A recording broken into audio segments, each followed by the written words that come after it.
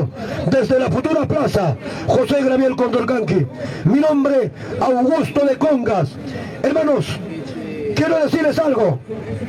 Voy a tratar un rato el tema cómo creció Estados Unidos a lo largo de sus 240 años de vida republicana, desde aquel 4 de julio de 1776, cuando Thomas Jefferson dio lectura al acta de la independencia del gran país del norte. ¿Está claro, hijos? Mira, hermanos, Estados Unidos tiene hoy en día 9.834.000 kilómetros cuadrados de territorio. No era el tema, pero lo voy a decir por lo que hemos hablado anteriormente. Ahí está la élite mundial. Estados Unidos tiene 9.834.000 kilómetros cuadrados de territorio. ¿Pero cómo creció? ¿Cómo creció? Comprando, haciéndole la guerra, arrebatando las tierras a otras naciones. Por ejemplo, Estados Unidos compró Luisiana en el año de 1803. ¿A quién le compró? Al emperador francés Napoleón Bonaparte. Estados Unidos compró Florida, Filipinas y Puerto Rico. ¿A quién? A la corona española, cuando lo olvidaba todo. ¿Cuándo lo compró? 22 de febrero del año 1819. Estados Unidos quería comprar Cuba con el presidente William McKinley y quería pagar 300 millones de dólares. Estados Unidos compró Alaska el 30 de marzo del año 1867. ¿A quién lo compró? Al zar ruso Alejandro III, papá del último zar, Nicolás II. Alaska. Hermanos, puede verificar, esta es historia pura. Así como domino la historia del Perú, domino la historia universal. ¿Cuánto medía Alaska? 1.518.800 kilómetros cuadrados. Alaska. 30 de marzo de 1868 compró Estados Unidos a Rusia un territorio de 1.518.800 kilómetros cuadrados. ¿Cuánto pagó? La mísera suma de $7.200.000. Alaska. Pero ¿dónde crece realmente Estados Unidos? Cuando lo hace la guerra a México. La guerra 1846-1848. ¿Por qué estalla la guerra México-Estados Unidos? Porque Estados Unidos se anexiona a Texas el 29 de diciembre de 1845. 29 de diciembre del año 1845, Estados Unidos se anexiona a Texas. Y México y Estados Unidos se van a la guerra. Termina la guerra, firman el famoso Tratado Guadalupe Hidalgo, el 2 de febrero de 1848. En ese tratado, Estados Unidos le arrebata a México el 56% de su territorio.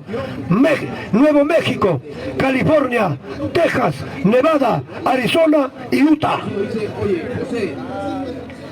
Estos territorios, mira, Texas, Nevada, Arizona, Utah, México, California, ¿sabes cuánto miden, hermano? 2.400.000 kilómetros cuadrados. ¿Cuánto dinero le dio a los norteamericanos por esos 7 estados? 16 millones de pesos.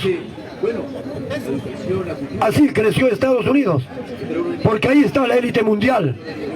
¿Ya, hijos? Ahí está la élite mundial. ¿Y cuando nos impusieron todo? Hace un momento le dije, en la conferencia de Bretton Woods, del 1 al 22 de julio de 1944. ¿Quién lo dijo? El presidente norteamericano Franklin Delano Roosevelt. Fue el presidente que mayor tiempo gobernó Estados Unidos, 12 años. El que menor tiempo gobernó, ¿quién fue?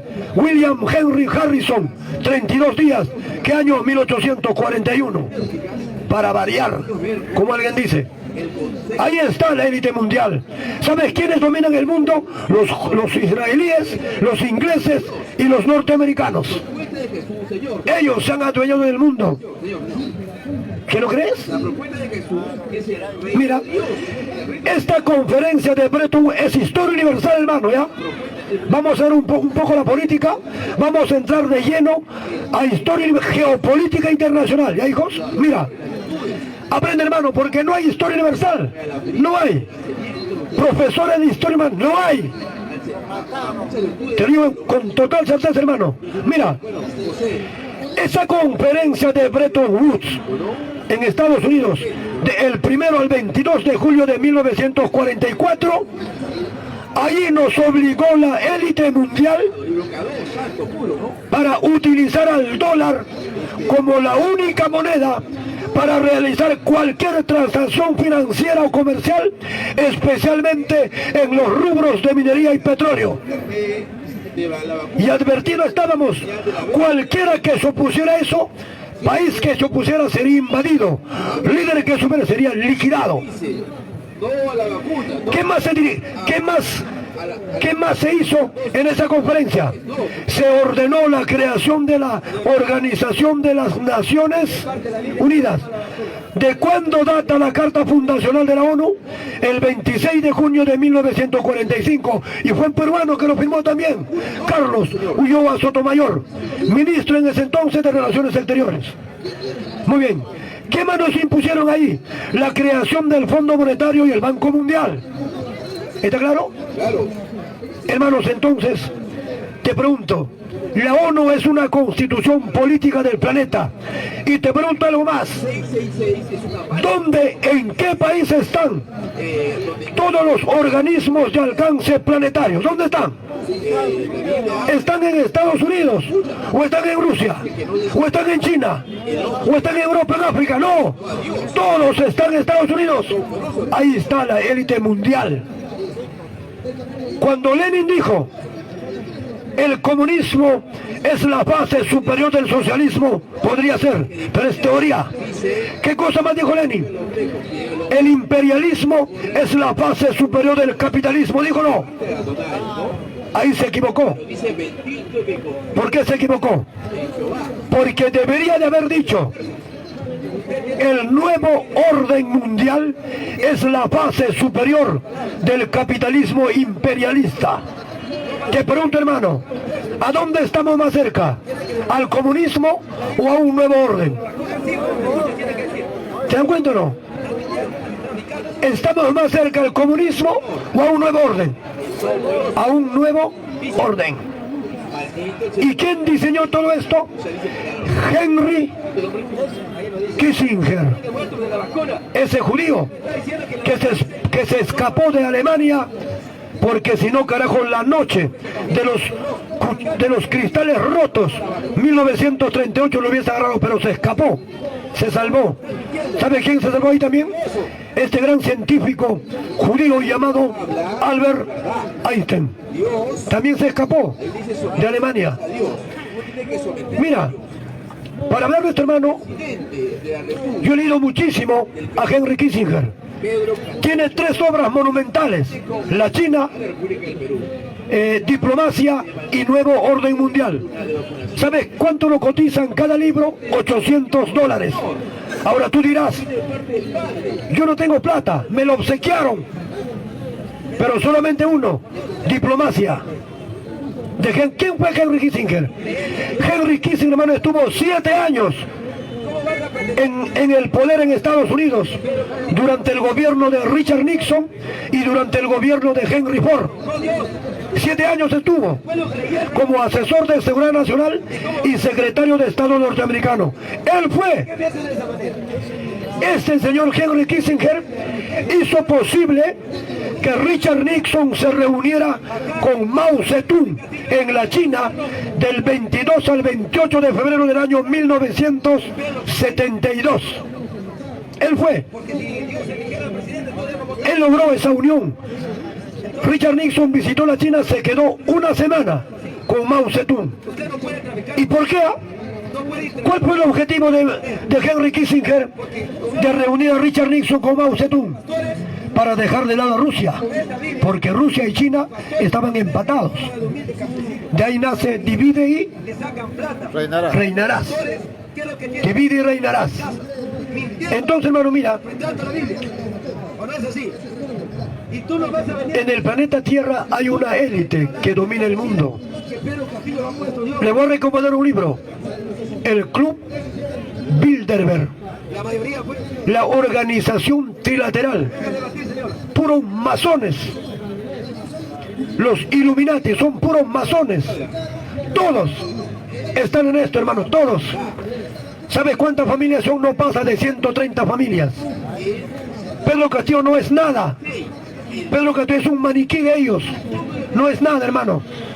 Hace un momento dije, todo aquel que se imponga, mira, te voy a demostrar, todo aquel país o líder político que se imponga a lo acordado en la conferencia de Bretton Woods puede ser invadido si es una nación, si es un líder puede ser liquidado. Te explico. John Fitzgerald Kennedy, presidente norteamericano. Este señor, el 6 de junio del año 1963, sacó una orden ejecutiva. Una orden ejecutiva en los Estados Unidos es similar en el Perú a un decreto supremo. ¿Qué decía esa orden ejecutiva? 11.110. Oye, hermano, hasta la mira. Orden ejecutiva número 11.110 del 6 de junio del año 1963. ¿Qué decía? Decía, a partir de este momento, el dólar ya no será fabricado, llamémosle, por la Reserva Federal, sino por la Secretaría del Tesoro norteamericano. Con esa orden ejecutiva, JFK le arrebató a la Reserva Federal el monopolio para la emisión de dólares y lo pasó a la Secretaría del Tesoro norteamericano. ¿Sabes hasta cuándo el Tesoro norteamericano empezó a emitir dólares? Por 6 meses. ¿Por qué? Porque un 22 de octubre del año 1963 JFK fue asesinado, ¿o no? ¿A quién le echaron la culpa? A Larry Oswald. ¿Por qué dice que lo había matado? Porque era loco. Larry Oswald fue capturado, conducido a la comercial de Dallas. No se supone que debería de ser una carceleta de máxima seguridad, pero no. Ahí le dejaron entrar a un delincuente de poca monta llamado Jack Ruby, a la misma celda del asesino de Kennedy. Entró y le metió 2 balazos, lo mató. Jack Ruby fue detenido, condenado a 25 años de prisión. Poco tiempo después lo encontraron muerto en su celda. ¿Qué cosa lo diagnosticaron? Aneurisma, no, fue envenenado. ¿Se da cuenta, hermano? El poder, ese es el poder de la Reserva Federal. El otro hermano de JFK, ¿cómo se llamaba? Bob Kennedy. Robert Bob Kennedy. Este señor quería ser también presidente de los Estados Unidos. Estuvo liderando las encuestas para ser presidente. ¿Él qué cosa dice en su campaña? Voy a reactivar la orden ejecutiva número 11.010. ¿Qué más decía? Voy a retirar las tropas de Vietnam, como lo prometió su hermano mayor. ¿Qué más decía? Voy a formar una comisión de alto nivel para investigar y llegar quiénes eran verdaderamente los autores intelectuales del asesinato de su hermano. Craso error. 6 de junio de 1968 lo acribillaron de 15 balazos. ¿O no? ¿Se dan cuenta, hermano? Otra cosa, mira. Estamos así, mira, estamos en el tema. Todo aquel que se... Chocherita, hermanito, por favor, ya sabes, hermano, por favor. Por favor, Chocherita. Por favor, Chocherita. Y hermano, ya no va a pasar, no va a pasar la casa. Mira, hermano, ve. Mira, estamos hablando, todo aquel país o líder político que se oponga a la política de la Reserva Federal puede ser invadido, aniquilado. Mira, ¿quién fue el otro? Este señor presidente de Libia, 40 años gobernó Libia. ¿Quién? Muammar Gaddafi. Gaddafi era un anti-norteamericano. Gaddafi llevó a Libia, carajo, a la más próspera industrialización. Libia tiene frontera con el Sahara. Pero ¿qué cosa ha hecho Gaddafi? Una inmensa agroindustria en Libia, que es puro desierto. ¿Cómo lo hizo? Construyó un río artificial. Pero tú dirás, si en el desierto hay agua. ¿Pues cómo lo hizo? El anterior gobernante de Gaddafi, que le sucedió a Gaddafi, había cavado pozos en busca de petróleo. Y Gaddafi lo continuó. Pero Gaddafi, en vez de encontrar petróleo, encontró agua. cavó 1.300 pozos en pleno desierto, encontró agua y con esa agua, carajo, hizo un río artificial.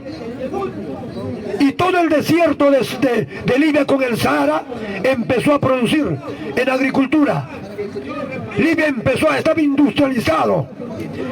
Tenían los bancos ingleses más de 850.000 millones de dólares en los bancos ingleses.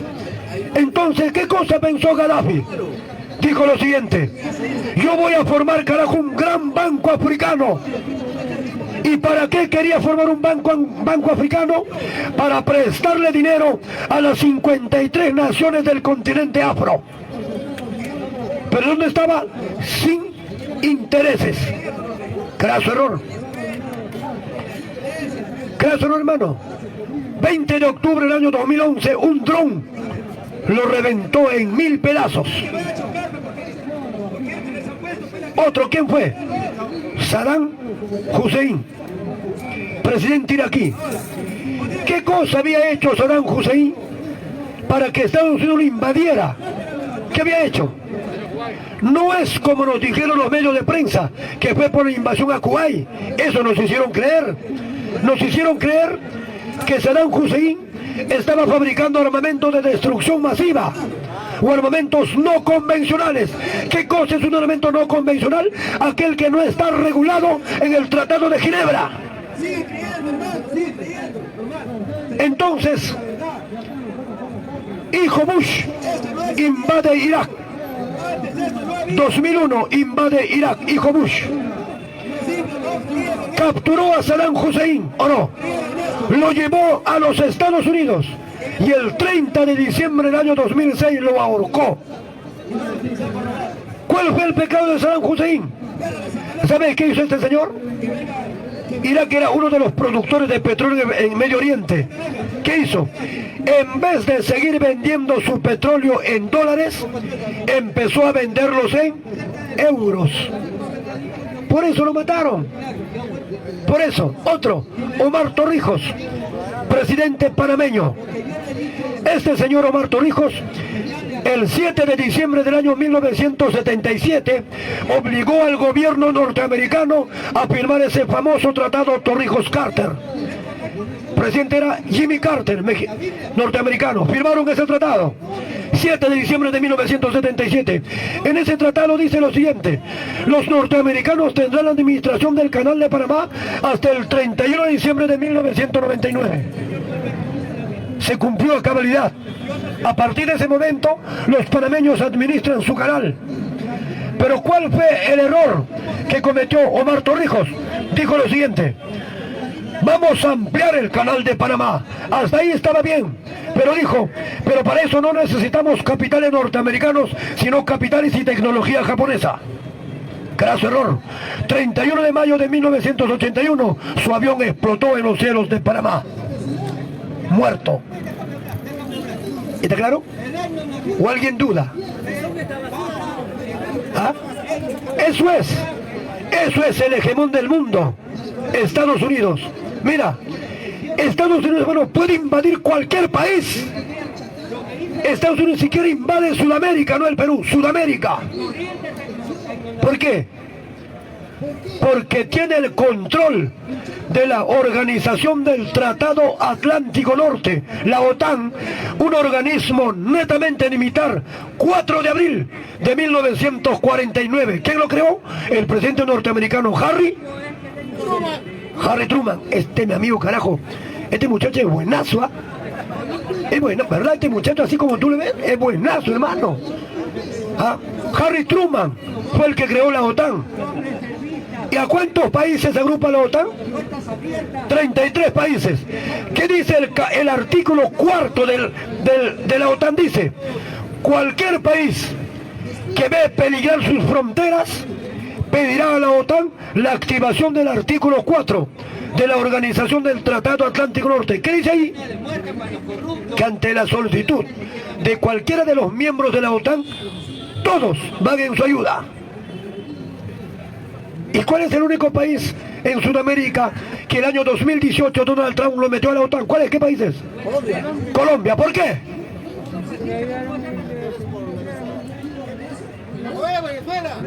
Hermanos, el que habla, me gusta la geopolítica internacional. Venezuela y Colombia tienen una frontera de 2.220 kilómetros. Entonces acá vamos a darle la contra a los que decían, mira, decían, Estados Unidos no invade Venezuela. Escuche, hermano, no hay historia universal, peor geopolítica, no hay. Nos quieren tener así como zombies autómatas para dominarnos. Mira, mucha gente decía, políticos decían lo siguiente: Estados Unidos no invade Venezuela porque Rusia apoya a Venezuela. Mentira. Estados hermano, para Estados Unidos invadir Venezuela es un zarpazo. Te digo, Sudamérica lo invade. ¿Por qué no lo invadió? Porque no estaban dadas las condiciones. Estados Unidos sabe perfectamente las reglas internacionales, sabe perfectamente el derecho internacional. ¿Por qué digo que no estaba? No había condiciones para invadir Venezuela. Porque, ¿qué dice? La Convención de Viena, 1969, Derecho Internacional. Dice, ¿en qué situaciones un país puede ser invadido militarmente por otro país? Te estoy hablando jurídicamente, ¿eh? Convención de Viena es alcance planetario. ¿Qué dice al respecto? Dice, ¿cuándo un país puede ser invadido por otro? Uno, en legítima defensa. Ejemplo, en legítima defensa. Ejemplo, ¿por qué Estados Unidos invadió Afganistán? Ahí la cagaste. Es por el ataque a las Torres Gemelas. Fue por el ataque a las Torres Gemelas, dando cumplimiento a la Convención de Viena de Derecho Internacional. ¿En qué situaciones un país puede invadir militarmente a otro? Legítima defensa, ataque a la Torre Gemela. ¿Lo invadió o no? Lo invadió. ¿Cuál es el otro? ¿Cuál se lo dice? Cuando se tiene conocimiento, cuando en un país X se está cometiendo delitos de lesa humanidad contra la población civil, ya sea por parte del gobierno o grupos extremistas. Ejemplo, Ruanda, 1994, matanza entre tribus étnicas. Intervino la ONU militarmente. 2, 3 dice, cuando algún país del planeta Tierra no da cumplimiento a una resolución de la Corte Internacional de Justicia de La Haya.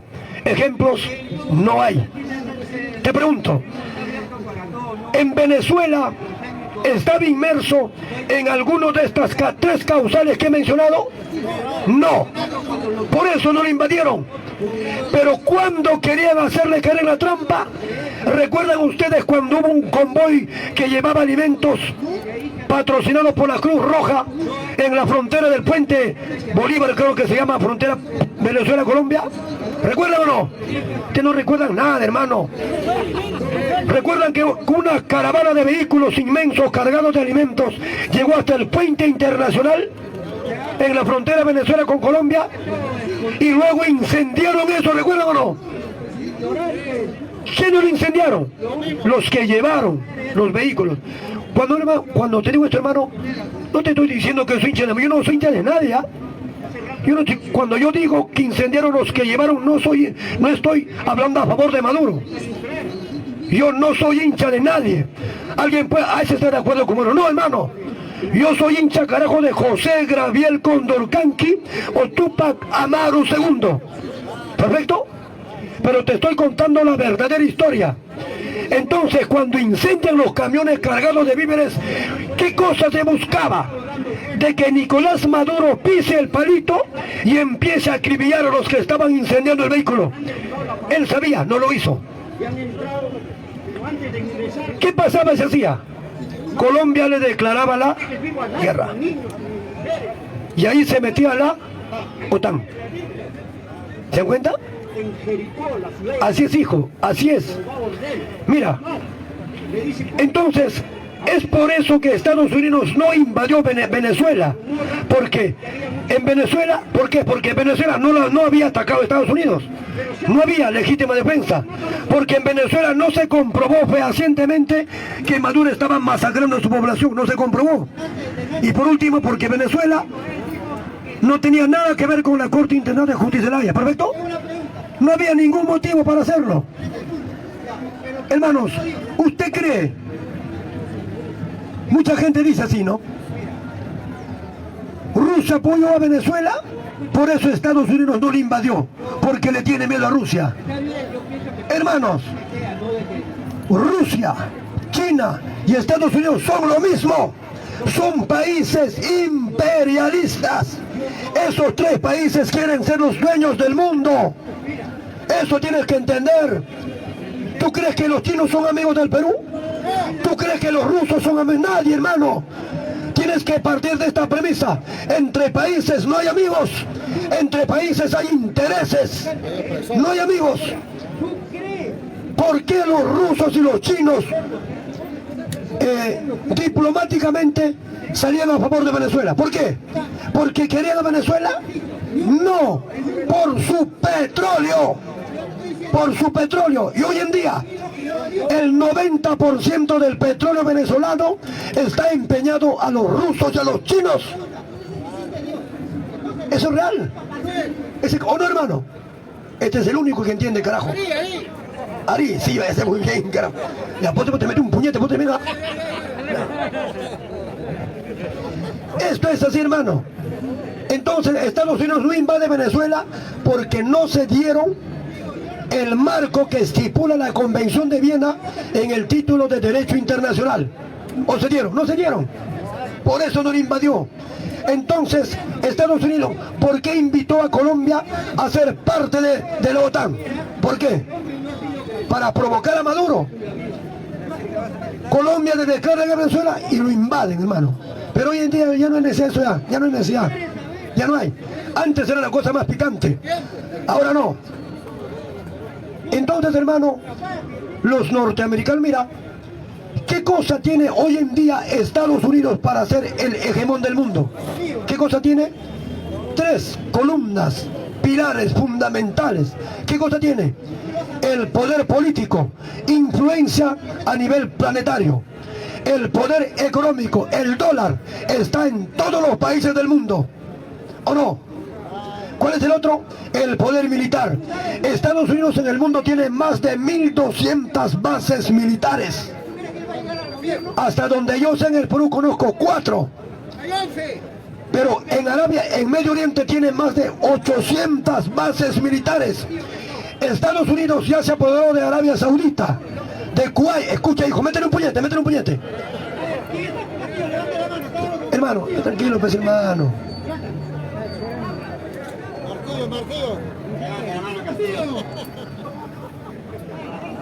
Mira, Estados Unidos prácticamente ya tiene el control de Arabia Saudita, tiene el control de Kuwait, tiene el control, por ejemplo, de Egipto, tiene el control, por ejemplo, de Jordania, tiene el control de Omán, de Yemen, etcétera, etcétera. ¿Sabes cuál es el único país en Medio Oriente que Estados Unidos no puede controlar? ¿Cuál es? Irán. Irán. ¿Por qué Irán? Irán, hermano, no, Turquía es aliado de los norteamericanos y eso está con los dos. Mire, hermano, Irán, escucha, geopolítica internacional. Irán es el único país islámico no árabe. Irán es el único país islámico no árabe. ¿Por qué? ¿A qué llamamos países árabes? Liga Árabe, 20 de marzo de 1945. Agrupa 22 países. La Liga Árabe. ¿Y por qué se llama esos países Liga Árabe? Porque el árabe es un idioma. El árabe es un idioma. Y en Irán no se habla el árabe, se habla el persa. El idioma persa viene del imperio persa. ¿Quién fundó el imperio persa? Ciro el Grande, 550 antes de Cristo. ¿Y quién se lo trajo abajo ese poderoso imperio? ¿El hijo de quién? De Filipo II. ¿Quién era? El rey de Macedonia. ¿Quién era? Alejandro Magno. Alejandro Magno, pues hijo. Alejandro Magno se derrumbó el imperio persa en el año 330 de nuestra era aproximadamente. Antes de Cristo, perdón. ¿Se dan cuenta, hermano? Ahora mira, ¿por qué Estados Unidos nunca va a invadir Irán? ¿Por qué? En Medio Oriente, esos países árabes, todos son productores de petróleo, todos son productores de petróleo. ¿Y cuáles son los países mayores productores de petróleo? Arabia Saudita, que también es islámico, pero de la rama sunita, y los iraníes, que también son islámicos, pero de la rama los chiitas. Ambos son facciones del islamismo. ¿Está claro, hijos? Un poco de religión también, ¿sabes? Mira, ¿por qué Estados Unidos nunca se va a atrever a atacar a Irán? Porque Irán controla un lugar álgido en el Medio Oriente, en el Golfo Pérsico. ¿Cómo se llama ese lugar? El Estrecho de Hormuz. Él sabe por eso. El Estrecho de Hormuz. ¿Qué cosa es el Estrecho de Hormuz? Hermano, de ahí sale del Golfo Pérsico, sale el 45% de crudo que abastece el planeta Tierra. Y todos los barcos que cargan petróleo pasan necesariamente por el Estrecho de Hormuz, que está bajo control y jurisdicción iraní. Irán es un enemigo irreconciliable de los norteamericanos. ¿Desde cuándo? Desde el 4 de noviembre del año 1979, cuando triunfa la revolución islámica dirigida por el Ayatollah Khomeini. Eso es por lo que han leído, pues hijo. Desde 1979. ¿Qué pasaría, por ejemplo, si los norteamericanos atacan Irán? ¿Sabes qué haría Irán?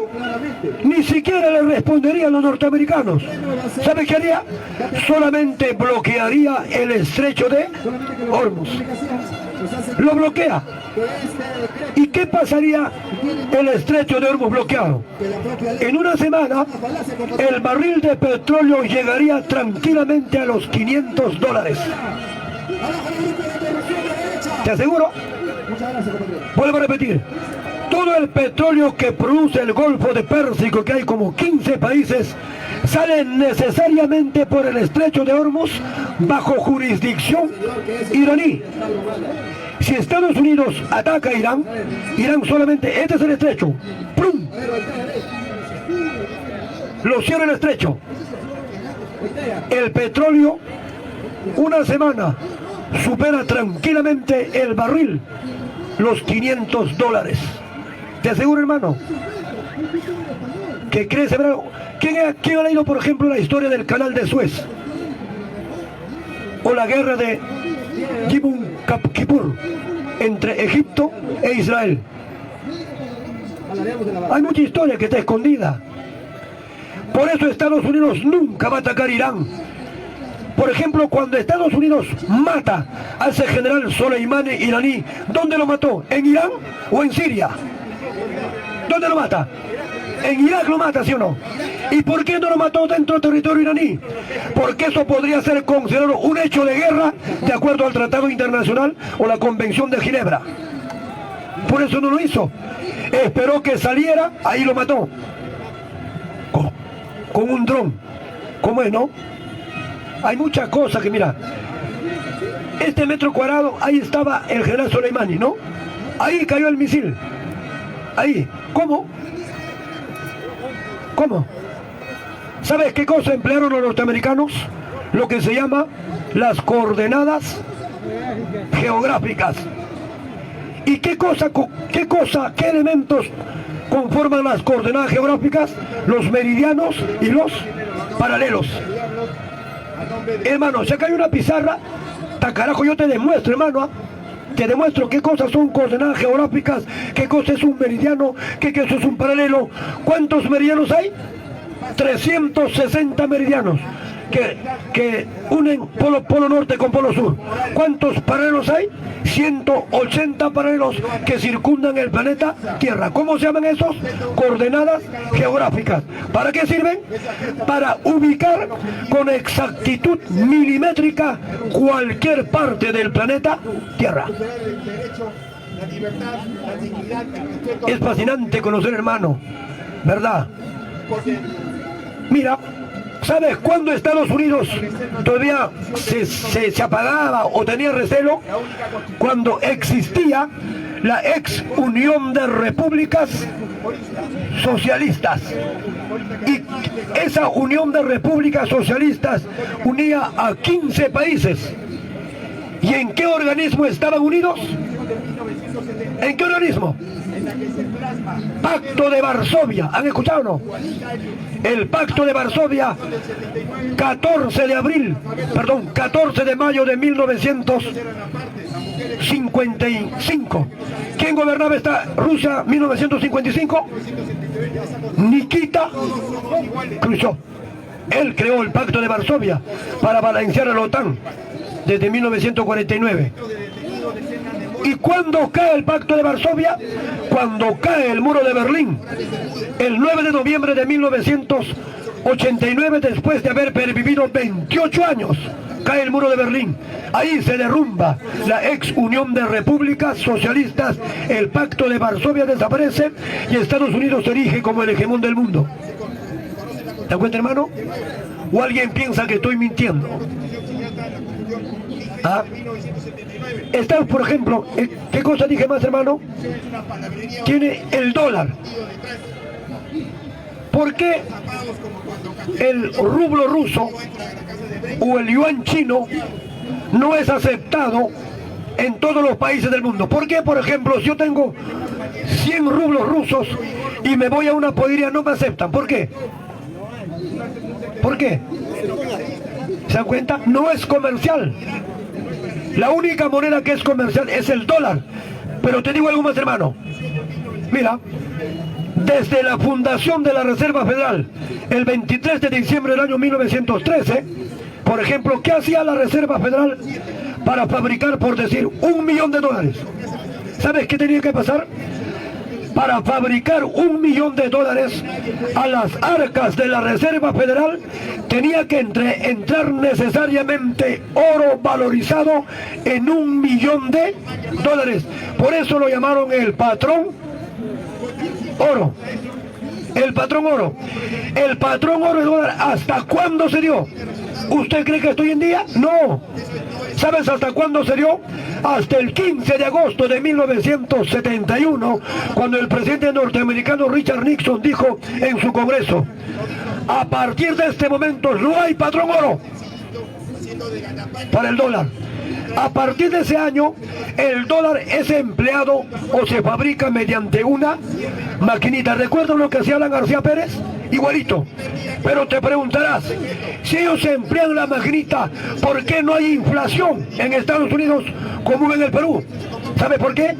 Porque todo el excedente de los dólares los llevan a los países mal llamados tercer mundo en forma de préstamos y utilizan a dos entidades de alcance planetario, el Fondo Monetario y el Banco Mundial. ¿Ustedes creen que el Fondo Monetario y el Banco Mundial fabrican dólares? No, el dólar lo fabrica la Reserva Federal, nada más. Por eso la Reserva Federal es el accionista único mayoritario del Banco Mundial y el Fondo Monetario. ¿Se dan cuenta, hermano, cómo se maneja la política del mundo? ¿Por qué acá? Porque alguien dijo, para esto, ¿cómo podemos parar? El profesor Pedro Castillo es un maniquí. Ante la élite mundial no puede hacer nada. Nada. Por eso digo siempre, hermano, ¿a dónde estamos más cerca? ¿Al comunismo o a un nuevo orden? A un nuevo orden. Chocholita, vete un poquito más. Mira, yo sé que acá hay dudas. Preguntas, a ver. Se me puede pasar muchas cosas, a ver, ¿alguna pregunta? ¿O quién se atreva a preguntar sobre este tema? ¿No hay pregunta? ¿Quién? A ver, pasa, hijo, pasa. A ver, Un aplauso para el caballero, pues, hijo. ¿Quién ha creado el nuevo orden mundial? Mira, el nuevo orden mundial lo tienen el control, una élite mundial que está metido en el Club Bilderberg. Club Bilderberg, ahí están los masones, mayoritariamente judíos, ingleses y norteamericanos. Ellos son los que dirigen los destinos del planeta Tierra. Ni siquiera el presidente norteamericano gobierna, es la élite que está detrás de bambalinas. Ellos son los que gobiernan. Mira, cuán poderoso es el pueblo judío. ¿Recuerdan cuando en el año 2018, si no recuerdo fue febrero, el ministro israelí Netanyahu dijo: a partir de este momento la capital de Israel es Jerusalén, no Tel Aviv, como lo mandó la ONU en el año de 1947. Y al día siguiente el presidente norteamericano Donald Trump lo reconoció Jerusalén como capital de Israel. ¿Por qué? ¿Sabe por qué? Porque Donald Trump tuvo un yerno, tiene un yerno que se llama Jared Kushner. Es esposo de quién? De su hija Ivanka, judío poderosísimo. ¿Se dan cuenta, hermano? Otra pregunta: ¿por qué Israel, 22.145 kilómetros cuadrados de territorio, más pequeño que el departamento de Ica, no puede ser sometido por 22 países árabes? ¿Por qué? Si no veamos la guerra de los 6 días, 5 al 10 de junio de 1967, un pequeño país sacó el ancho, carajo, a 4 países: Jordania, Egipto, Irán. ¿Y por qué no reaccionaron todos, lo apoyaron? ¿Sabe por qué? Porque los árabes saben muy bien quiénes defienden al pueblo judío o quiénes sostienen al pueblo judío. ¿Dónde están los que sostienen al pueblo judío? En Inglaterra y Estados Unidos. Estados Unidos para los judíos fue la nueva tierra prometida. ¿Quiénes dominan los medios de comunicación en el mundo? Los judíos. Los grandes centros cinematográficos, los judíos. Las redes sociales, los judíos. ¿Se dan cuenta, hijos? Por eso Hitler decía: si nosotros dejamos que el judío tenga dinero, estos van a dominar el mundo. Por eso Hitler, entre el 29 y el 30 de noviembre del año 1938, crea la Noche de los Cristales Rotos. ¿Para qué? Para capturar a todos los judíos y llevarlos a los campos de concentración. Ahí, ¿quién se escapó? Henry Kissinger. ¿Quién se escapó? Albert Einstein. Entre otros, los más famosos. Algunos confunden la Noche de los Cristales Rotos con la Noche de los Cuchillos Largos, 1934. La Noche de los Cuchillos Largos fue, hermano, para capturar a los comunistas y eliminarlos. ¿Ya, hijos? Adolf Hitler dijo: si dejamos que los judíos tengan dinero, estos van a dominar el mundo. ¿Lo están haciendo o no? ¡Viva el Perú! ¡Viva el Perú! Hermano, mira. Ahora, ¿a una pregunta? A ver, pasa. Pregunta, hijo. Ya. Quiero saber, el frente al dólar, el euro, ¿qué papel cumple frente al dólar? El euro también está... Sí, pero el euro, ¿dónde tiene predominancia? En la eurozona. Pero el dólar es planetario. El dólar es planetario. Pero es bonito. ¿Quién domina, por ejemplo, cómo se llama este? Hay un lugar en Londres donde están los más grandes bancos. ¿Sabes quién lo domina? Los Rothschild. ¿Quiénes son? Judíos. Hermano, la historia de la familia Rothschild es impresionante, ¿eh? Rothschild no es su apellido. ¿Sabes qué significa Rothschild en alemán? Escudo rojo. Es otra historia. Eso es un poco otro día para contarlo. El dólar está por encima de todo. Por eso invadieron Irak. Porque Saddam Hussein se atrevió a vender su petróleo en euros y no en dólares. Por eso. El dólar es de alcance planetario, hermano. ¿Cuándo lo impusieron? En la conferencia de Bretton Woods del 1 al 22 de julio de 1944, a postrimerías de concluir la Segunda Guerra Mundial. ¿Por qué en Estados Unidos? Mira, hermano, mira, ¿por qué impusieron ahí al dólar como única moneda en el mundo? Porque todos los países, Europa, Oriente Medio y todo el Asia, había sido prácticamente devastado por la Segunda Guerra Mundial. ¿O alguien recuerda algún teatro de operaciones bélicas en territorio norteamericano, salvo el ataque a Pearl Harbor al alba del 7 de diciembre de 1941? ¿Algo? Nunca. Cuando termina la Segunda Guerra Mundial, toda la industria norteamericana estaba en boga. En ese entonces Estados Unidos era el herrero del mundo, porque vendía todo el planeta Tierra. Por eso impusieron, por la fuerza de las armas. ¿Por qué? Porque el resto de naciones estaba preocupado más en cómo levantarse de los escombros de la Segunda Guerra Mundial. ¿Y qué hizo Estados Unidos para hacerlos olvidar todo eso? Creó el famoso Plan Marshall, 1947. ¿Quién le dio? George Marshall, durante el gobierno de Harry Truman. Él dijo: vamos a ayudar a los países europeos que están en escombros. ¿Y sabes cuánto dinero regalaron a los europeos? 33.000 millones de dólares. Sin retorno. Este hermano, Plan Marshall. Para someterlos, pues, hijo, y los sometieron. Es por eso que todos los países de la Unión Europea son parte de la organización del Tratado Atlántico Norte.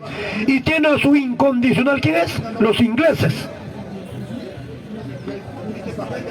Ahora, ¿quieres saber cuándo los judíos empezaron a amasar fortuna? A ver, hermano, ¿quién quiere saber? ¡Viva el Perú!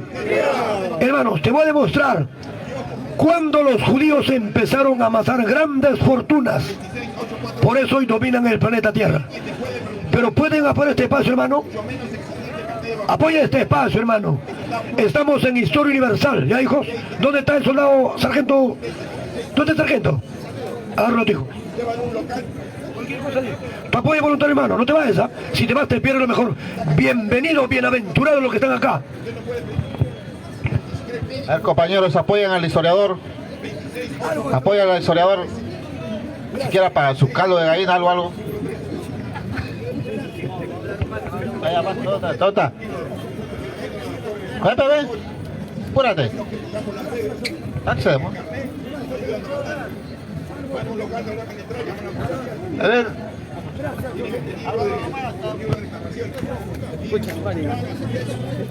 Ahí viene. Atentando con todos los derechos que dan acá en su papel. Tremendo juicio. De la doctora que se hace llegar una copia. En algunos mercados ya fue el libro de reclamaciones.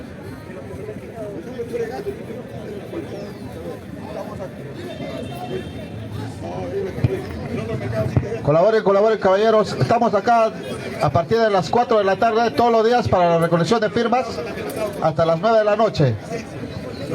Los que quieren venir acá a firmar, así, pásense por la Plaza San Martín y estamos acá todos los días en el Aula Popular.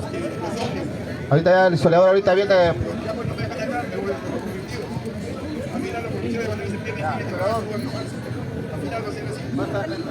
Porque después de exigirse el carnet con 2 vacunas, se van a exigir con 3. Mucha gente que tiene 2 vacunas ha visto que morir con 3, ya no quiere vacunarse. Esa gente tampoco la van a dejar subir. Después con 4 vacunas, después con 5, después dicen no, esto es estacional, cada 6 meses hay que ponerse. Tremendo negocio. Tremendo negocio. Chorcherita, espérate un poquito más, hermano. Espérate, no tengas miedo, chorcherita. Estas son las consecuencias de la falta de ética, de moral, de principios y valores. Gracias. Aquí Mira, hermano, no se debe aceptar. no estamos en política, estamos en geopolítica internacional, ¿eh, hijos? Mira, una pregunta por ahí que me dijo. ¿Los judíos tienen Estado? Sí. ¿Cuál es el Estado? Israel. Mira, escucha, hijo. ¿Sabes cuándo se empieza a gestar la creación del Estado de Israel? Voy a ser corto. Mira, el 2 de noviembre del año, puedes verificarlo, hijo, el 2 de noviembre del año 1917 ya terminada la Primera Guerra Mundial, el primer ministro británico Arthur Balfour le entrega una carta de 67 letras al líder del movimiento sionista llamado Lionel Walter Rothschild. ¿Ese apellido? ¿Correcto? ¿Qué decía esa carta? 2 de noviembre de 1917. ¿Qué decía? La corona británica autoriza partir a Palestina en dos para crear una república independiente judío-israelí y una república árabe-palestina. 2 de noviembre de 1917. Pero ¿cuándo se materializa esto? ¿Sabes cuándo se materializa, hermano? El 29 de noviembre de 1947, 30 años después, en el seno de la Organización de las Naciones Unidas, se lleva a cabo una asamblea general de las Naciones Unidas. 29 de noviembre de 1947. En ese día, la ONU saca la resolución número 181. Esa resolución número 181 del 29 de noviembre de 1947, la ONU autoriza la recomendación para partir Palestina en dos y crear un Estado judío y un Estado árabe. ¿Está claro? Puede verificarlo, hermano. Los amigos de Facebook pueden verificarlo, no hay problema. Mira, 29 de noviembre de 1947 la ONU aprueba partir Palestina en dos, resolución número 181. Pero ¿sabes cuándo se crea el Estado de Israel? El 14 de mayo de 1948, porque el líder judío David Ben Gurión ese día proclama unilateralmente la creación del Estado israelí en la franja de Palestina, 14 de mayo de 1948. ¿Y por qué eligió el 14 de mayo?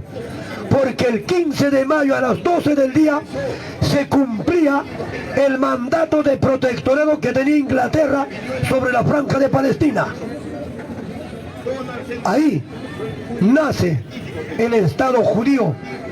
Después viene la guerra de los 6 días, 1967. Después viene la guerra del Golán o del asalto del Golán, 1973. Pero ¿cuánto mide Israel, propiamente dicho? 22.145 kilómetros cuadrados. Pero Israel quiere toda Jerusalén de 120.000 kilómetros cuadrados. Pero ahí tiene Palestina. Los judíos masacran diariamente a los palestinos. ¿Es cierto, hermano? Esos son los judíos. Ahora,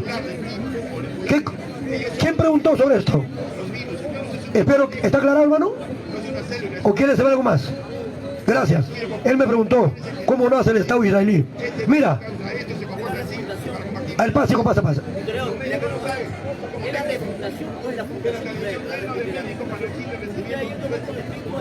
Claro, mira.